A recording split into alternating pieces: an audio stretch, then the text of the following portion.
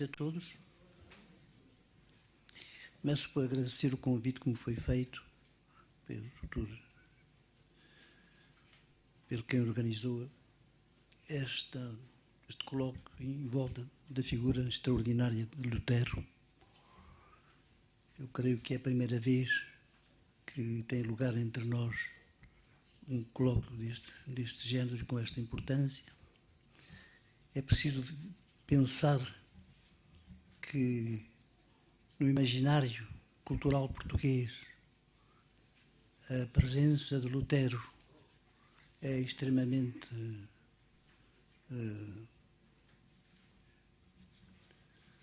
pouco visível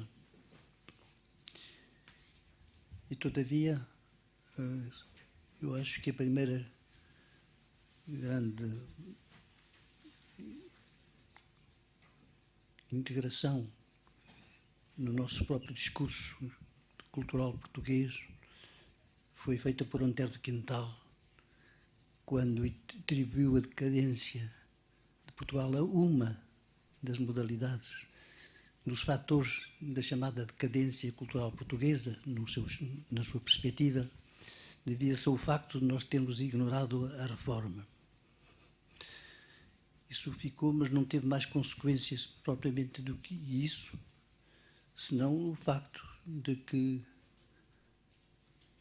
realmente, a partir desse momento, Lutero já não podia ser uma figura ignorada, porque estava integrada numa apreciação da cultura portuguesa enquanto tal e da sua na relação com a Europa. Nós tínhamos falhado, de algum modo, essa famosa reforma.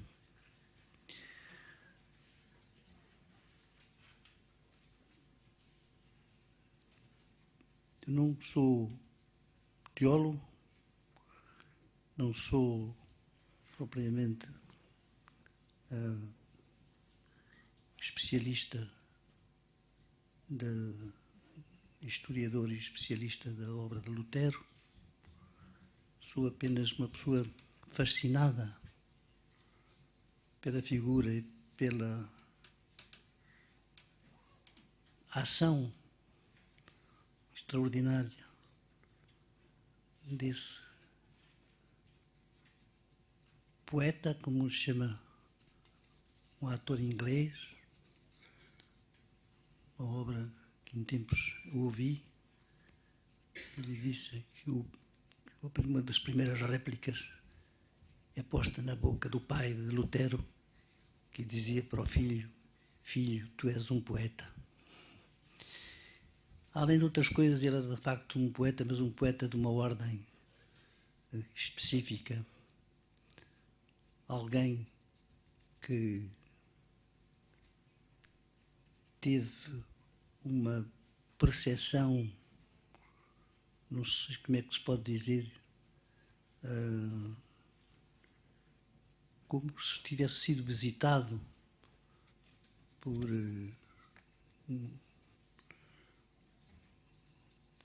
alguém que o convencesse que o mal tinha uma visibilidade que não podia ser resolvido pelas simples forças humanas. Toda a juventude de Lutero, realmente sua convicção é de que a humanidade não podia salvar-se, os homens não tinham a capacidade de salvar-se, por mais esforços que fizessem nesse sentido, porque, não enquanto indivíduos, mas enquanto género, a humanidade procedia, segundo a referência bíblica, do facto de uma queda, o pecado original, mas isso é uma informação, enfim, que se resolvia como mais um anúncio, uma espécie de um fait divers específico, mítico, onírico, e que se passa a ser outra coisa. Mas, na verdade, ele estava tocando, naturalmente, de um dado que é para a civilização ocidental um dado fundamental e anteriormente já na Bíblia isso estava realmente escrito. De maneira que é curioso pensar como é que este homem vai revolucionar praticamente todo o discurso mítico, cultural e religioso do Ocidente em função desse sentimento que ele tinha de uma presença como quase realmente incontornável do mal de tal ordem que só por função de uma outra concepção das nossas relações com Deus se poderia tentar alterar. Eu não sou especialista destas questões, mas fui em tempos, jovem muito ainda, muito tocado e um grande admirador, não só na ordem propriamente espiritual, propriamente dita, mas literária, daquele que antes de Lutero e na senda dos ensinamentos do apóstolo Paulo tinha comunicado essa espécie de versão um pouco pessimista sobre o destino humano. E é um texto que eu dedico em memória e honra de Lutero a Agostinho, o mestre.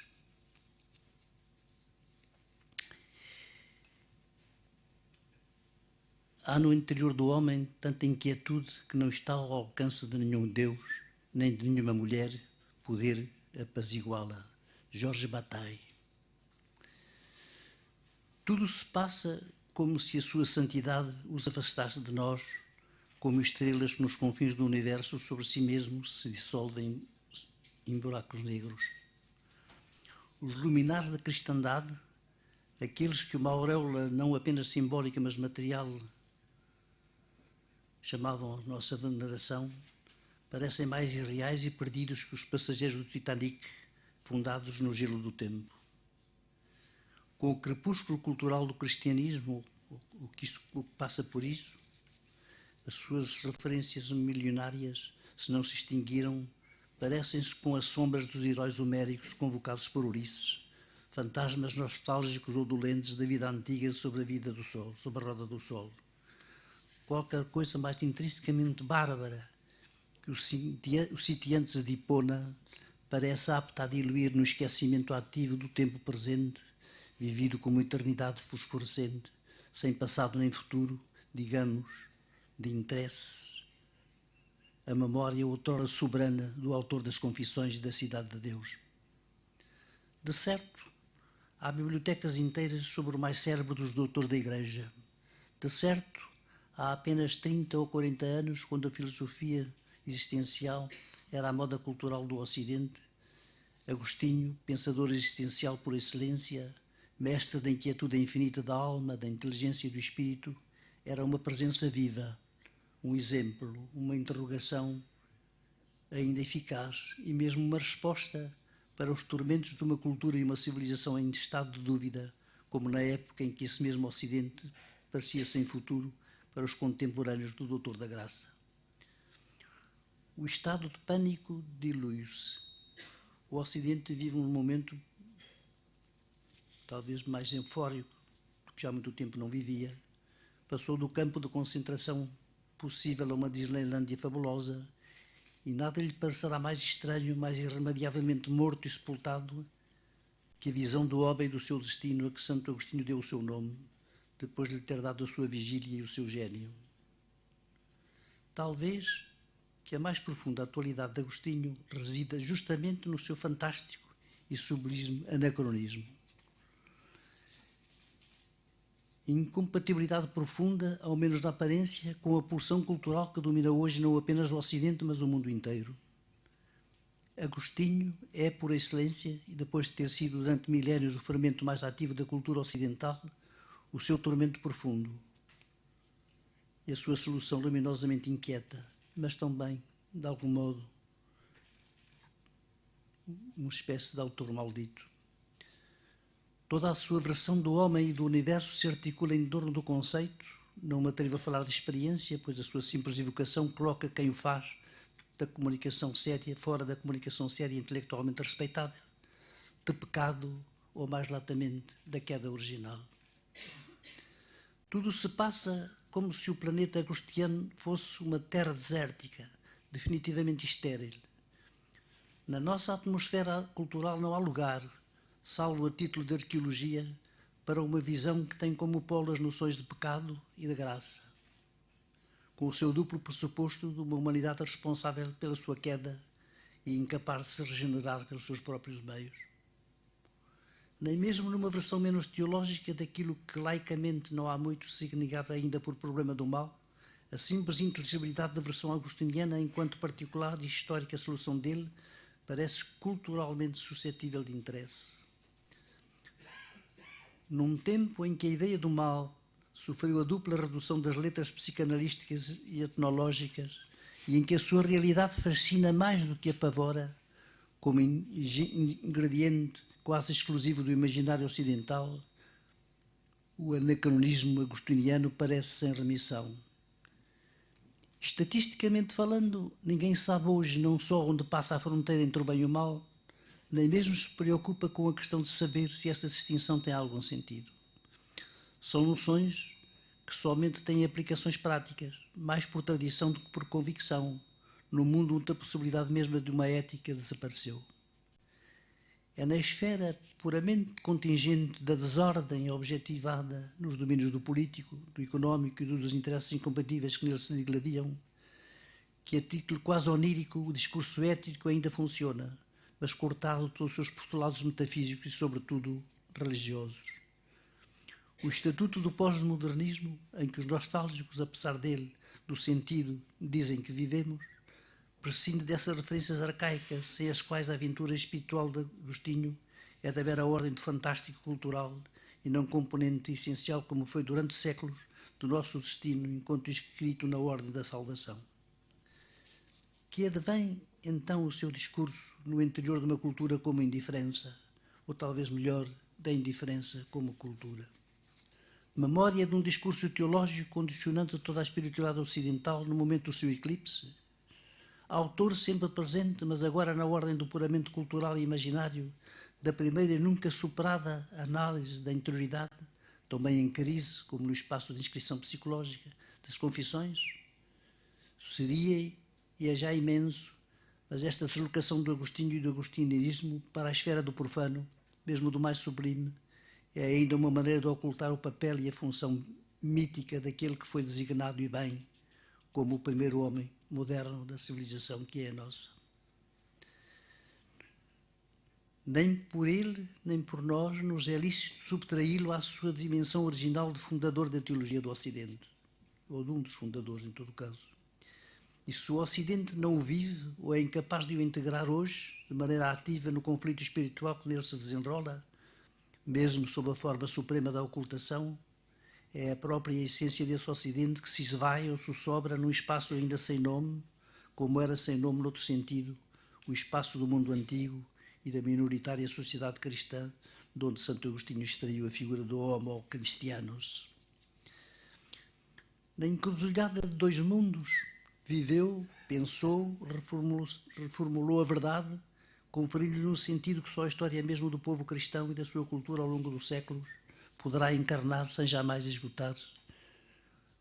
O jovem retórico de Tagasta, convertido pouco a pouco em doutor e pai da Igreja do Ocidente. A conversão de Santo Agostinho é um dos poucos atos transcendentes da cultura ocidental. Por mais romanesca ou romântica que seja a peripécia da sua conversão imortalizada pela sua pluma, ela tem pouco a ver com aquilo que em idades posteriores, já no interior de uma sociedade tradicionalmente cristã, se costuma chamar de fenómeno de conversão. A conversão de Agostinho não é a de Newman, nem a de Claudel.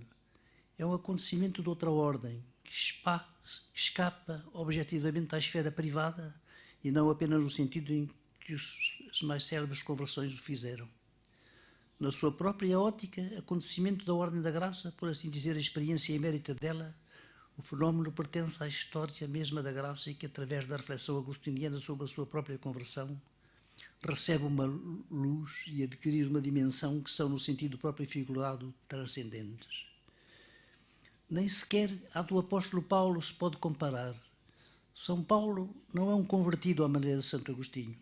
São Paulo não regressa penosamente à casa paterna, ou antes materna, para a transfigurar com a sua presença, como Agostinho. Ele vem da mesma esfera da morada de Deus regida pela lei, exasperada nele pela lei que a dura, doce, imprevista erupção de uma outra face de Deus subverte num instante e arranca do império da lei para o do amor. O acontecimento de Paulo e o texto pauliniano serão para Agostinho, na sua busca de Deus, ao mesmo tempo o exemplo ímpar da ação incompreensível de Deus e, de certo modo, pelo seu caráter limite, como que um obstáculo na sua própria e pertinaz busca de uma verdade que um dia se revestirá da evidência suprema do amor que curvou a cerviz de Paulo de Tarso. Acontecimento mítico da história da subjetividade cristã, a conversão agostiniana inscreve-se noutro contexto, não apenas pelas óbvias circunstâncias de um tempo histórico diverso, mas porque é, a par da paradigmática transfiguração do velho homem ao homem novo, a mais decisiva metamorfose da cultura e da sensibilidade antiga em cultura e sensibilidade modernas, a conversão da visão do universo em visão cristã da história e do mundo.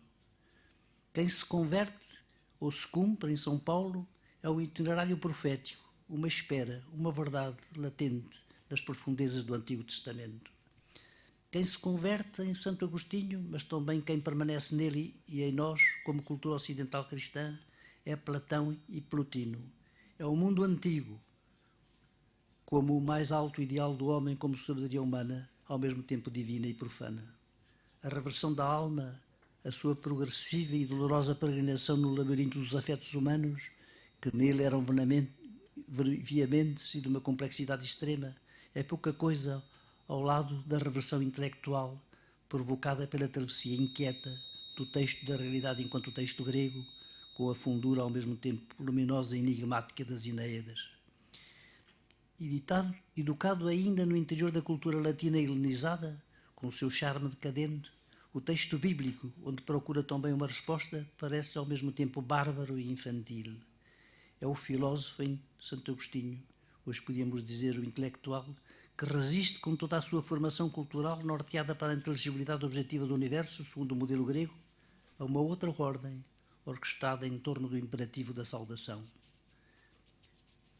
Antes de chegar ao momento do diálogo supremo com o outro absoluto, com Deus, o autor do De Magistro ou do De Libero Arbitrio vive no círculo da tradição platónica, que não é apenas formalmente mimética para ele, mas uma forma viva. Nós não temos uma ideia do que era viver num tempo anterior ao cristianismo. É preciso muita imaginação, audácia ou loucura.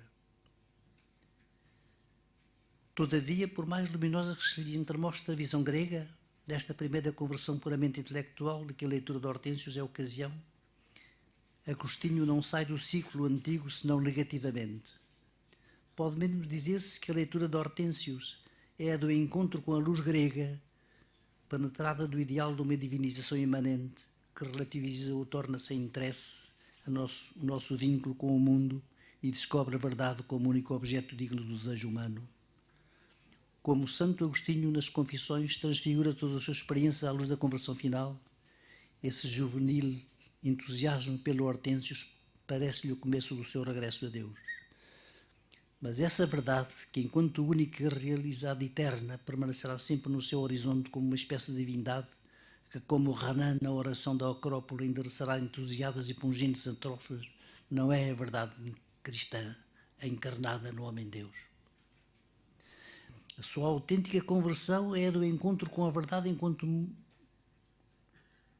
mundo de ideias a Platão, nem sequer com o uno, além do bem, como ideia das ideias, segundo Plotino, mas com qualquer coisa de mais redutível e opaco, quase substancial, enraizado no seu próprio corpo e tornando impossível essa como que imanente consubstanciação de uma alma de essência divina e o próprio divino.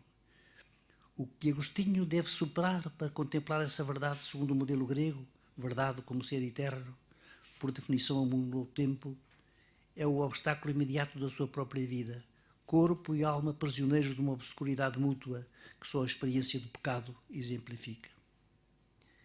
É através dessa experiência como vivência encarnada da impotência da sua vontade para se libertar dos laços que afastados lhe permitiriam, por uma ascese à maneira de Plotino, regressar até à pura contemplação da verdade e a posse de si mesmo, que Agostinho fundará a antropologia cristã. Como se diz de Sócrates, que fez baixar a filosofia do céu à terra, na verdade, a conversão do saber da física em saber de si mesmo, Agostinho, percorrendo as trevas da sua culpabilidade real ou imaginária, pouco importa, converterá a psicologia grega, e mesmo a mais subtil, em psicologia cristã. E inventando a alma em sentido cristão, que não é apenas centelha divina, em si mesma universal e imortal, mas realidade única que se define menos pela sua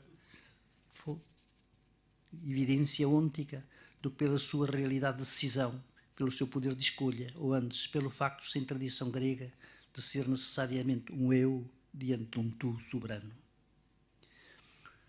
O espírito antigo conhece a culpa, mas não a título individual.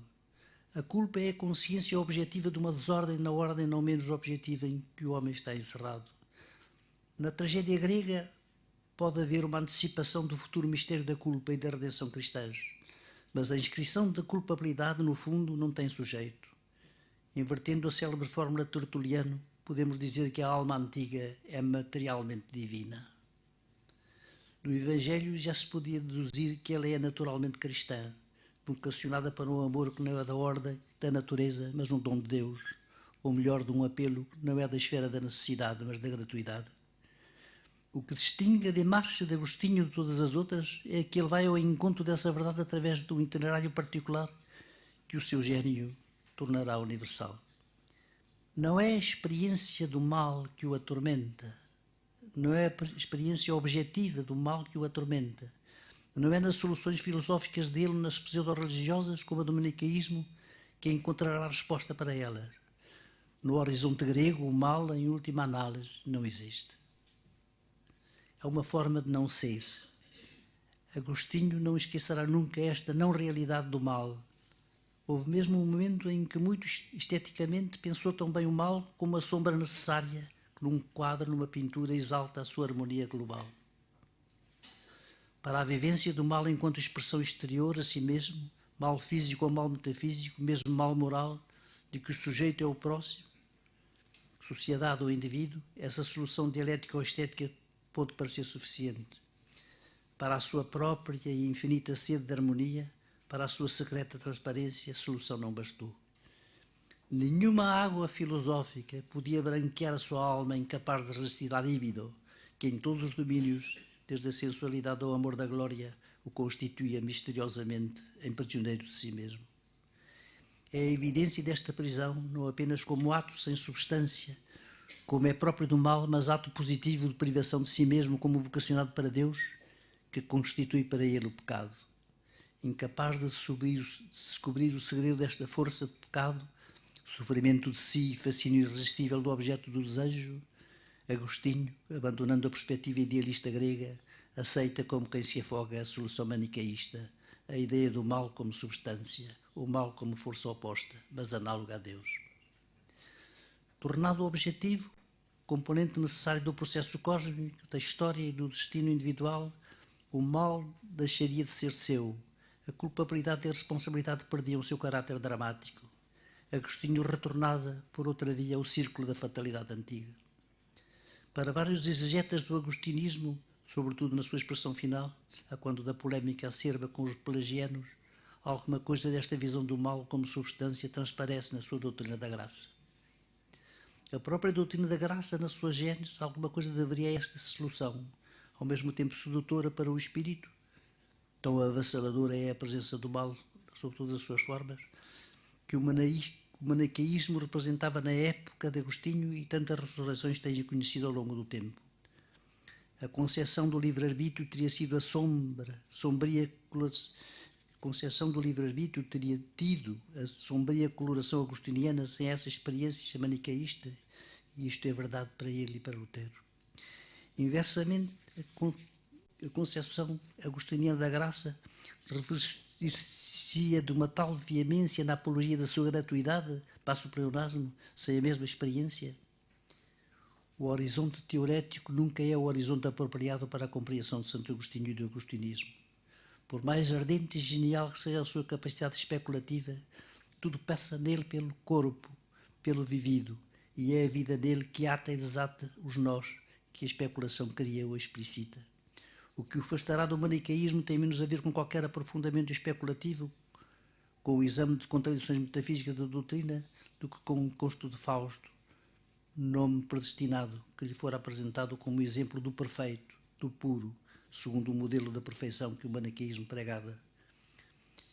Com a perspicácia humana que o caracterizava, Agostinho reconheceu logo a falácia da nova sabedoria, o seu caráter fantasmagórico. À sua maneira, com a nota do fantástico oriental a mais, a sabedoria maniqueia, superficialmente tão lógica, tinha os mesmos defeitos, mas agravados, da sabedoria bem mais alta do neoplatonismo. As referências metafísicas que as caracterizam não reservam lugar algum para a realidade do tempo, defeito grave para quem faria dele o centro da sua visão. A filosofia, em última análise, é a luta e a vitória ideal do conceito contra o tempo. Na perspectiva antiga, o tempo ou é de natureza circular ou intemporal. Como o tempo é excluído da inteligibilidade, e todos sabemos que foi através da inclusão paradoxal da mais obscura das realidades, na sua visão do universo, que Santo Agostinho ascendeu à categoria de filósofo cristão. Certos comentadores das Confissões consideram, se não supérfluas, pelo menos exteriores, ao tom memorial do seu livro, as páginas célebres do livro 10º. Ora, elas são ao mesmo tempo a sua conclusão filosófica e o motor secreto de todo o discurso agostiniano.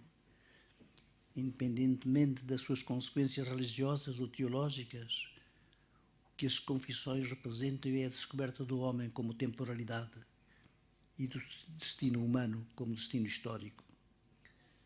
As questões de origem interessam, naturalmente, Agostinho, mas mais o interessam as questões de fim e de finalidade. O homem não é essencialmente alma caída no corpo, realidade ideal e intencionalmente eterna, de que as manifestações sensíveis e o tempo onde têm lugar são sombra ou pura aparência. Nós somos memória, unidade misteriosa de que Heidegger, muito agostiniano nisso, chamará as três êxtases temporais. A cada instante da nossa vida reestruturamos os três faces do tempo, e é esse ato que nos subtrai simultaneamente à necessidade da natureza e à necessidade interior, que encadearia os momentos vividos como outras tantas contas de vidro num fio invisível. Santo Agostinho, analisando-se, percebendo-se essencialmente como memória, subtraiu-nos a todos os aspectos da fatalidade antiga. Nós escolhemos-nos. É dessa perspectiva, na luz desse sentimento temporal e livre de si mesmo, que mais intolerável e mais enigmático lhe teria de parecer irresistível pendor de nos deixarmos escolher pelas solicitações inumeráveis da vida, em particular pela sensualidade que parece converter corpo e alma numa unidade insolúvel onde a ilusão da escolha livre naufraga. A sensualidade, mas igualmente a mais transparente das afeições, a amizade ou o amor que atavam nos seus laços a sensibilidade de Agostinho. Todavia, e por mais dolorosa que lhe fosse essa experiência de escravidão, sabendo-se e conhecendo-se como livre, só com a meditação dos textos paulinianos e a descoberta através deles de uma outra ordem, pôde superar a antinomia entre a sua experiência da vida humana como memória e da vida humana como destino.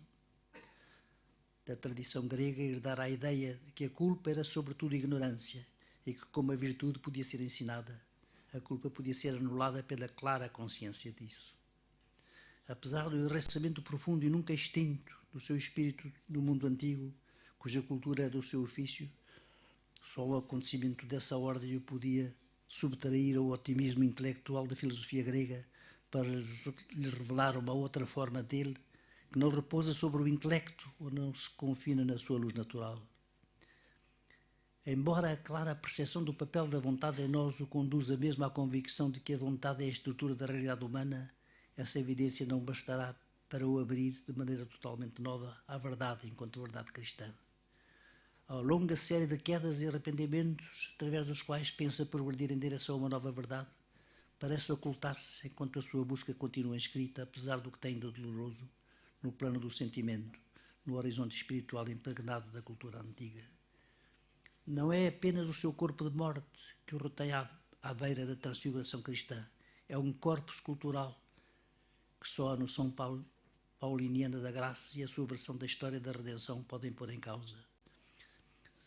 Só em São Paulo, a experiência crucificante do pecado recebe ao mesmo tempo uma explicação que condiz com a sua vivência pessoal e uma significação que a extrai da sua opacidade sem sujeito para a integrar numa história da salvação que lhe assinala uma origem e um papel, em última análise, positivas, ou pelo menos inteligíveis. Mas inteligíveis na ordem da fé, numa perspectiva outra que é do mundo antigo, suspenso de um Deus impassível, impessoal, identificado ao ser não menos imóvel, sem relação visível com o destino humano e o seu sentido. Só nessa perspectiva, a título pessoal, ou como um mistério que diz respeito à humanidade inteira, o pecado sustenta com o ato gratuito de Deus em nós, a graça, uma relação, por mais misteriosa que seja, é imensurável. Como ele diz, onde o pecado abunda, a graça superabunda.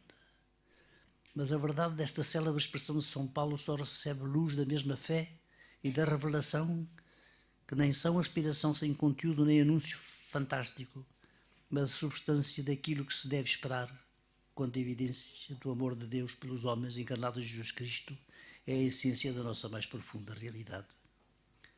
Assim, ao mesmo tempo que o pecado é a manifestação sensível do eclipse desse amor em nós, é a ocasião de regresso a nós mesmos quando nos abandonamos e nos descontamos à presença soberana desse amor, onde, como diz o apóstolo, vivemos e existimos.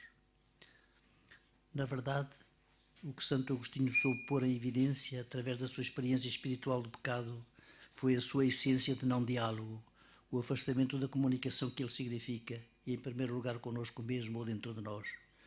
No interior dessa experiência, falamos sem interlocutor ou imaginamos um pseudo-interlocutor. Inversamente, a graça é a restauração do diálogo, e dentro dela, da dupla invenção do eu e do um tu, que na ordem ontológica é antes a suprema presença de um tu, sem a qual não seríamos eu. É esse o sentido da conversão de Agostinho, o da descoberta dentro de si de uma verdade mais interior de si do que ele mesmo, porque seu fundamento na ordem do ser e na ordem do amor faz dele uma e a mesma coisa, amor meus, pondos meus. A fixação agostiniana naquilo que durante séculos se chamou pecado e que não mudará do contexto por mudar de nome ao ser recalcado na cultura contemporânea, poderá parecer neste século de desculpabilização e de permissividade uma singular perversão da própria essência da palavra evangélica e, numa ótica psicanalista, uma inegável fascinação pelo objeto mesmo cuja sedução o angustia e mortifica. O autor das Confissões é um dos mais profundos na ordem da história, primeiro, psicólogos que é possível frequentar, e nem Dostoiévski nem Nietzsche desceram no labirinto de si mesmos com mais audácia. Essa fixação é, sem dúvida, refinamento e escrúpulo do espírito sobre os seus atos e os seus pensamentos. Mas esse refinamento e escrúpulo são apenas a metáfora de uma exigência de plenitude e de perfeição que em si mesmos não tem limite.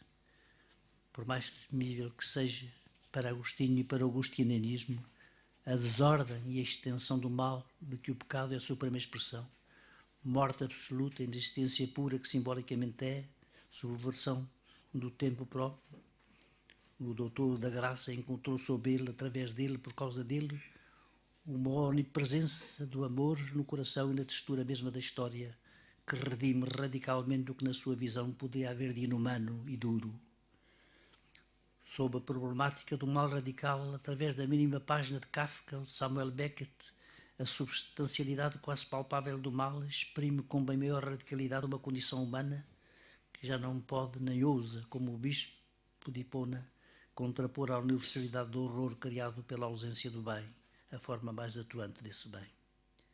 Essas versões não só não escandalizam, como parecem adequada metáfora de uma condição humana irremediavelmente confinada na sua finitude e no seu abandono ao silêncio do universo. De cotidiano, o espetáculo do mal tornou-se invisível, e ele mesmo espetáculo, como no circo romano, a domicílio, que a televisão universal nos oferece 24 horas por dia. É preciso que o mal tome proporções grandiosas para que suscite um reflexo nas nossas epidermes fatigadas.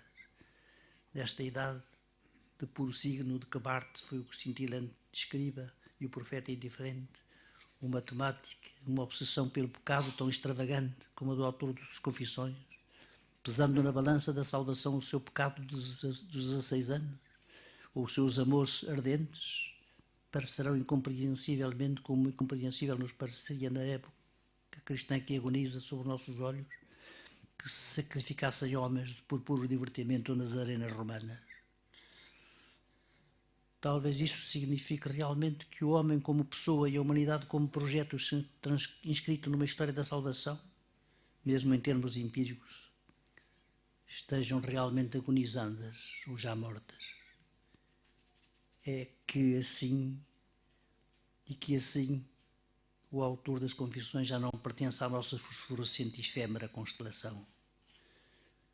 Mas é por isso que convém lê-lo, para ter uma ideia do que era uma vida humana e uma alma, quando ela se julgava singular, como o Deus que a unia pelo excesso de amor com que a criara.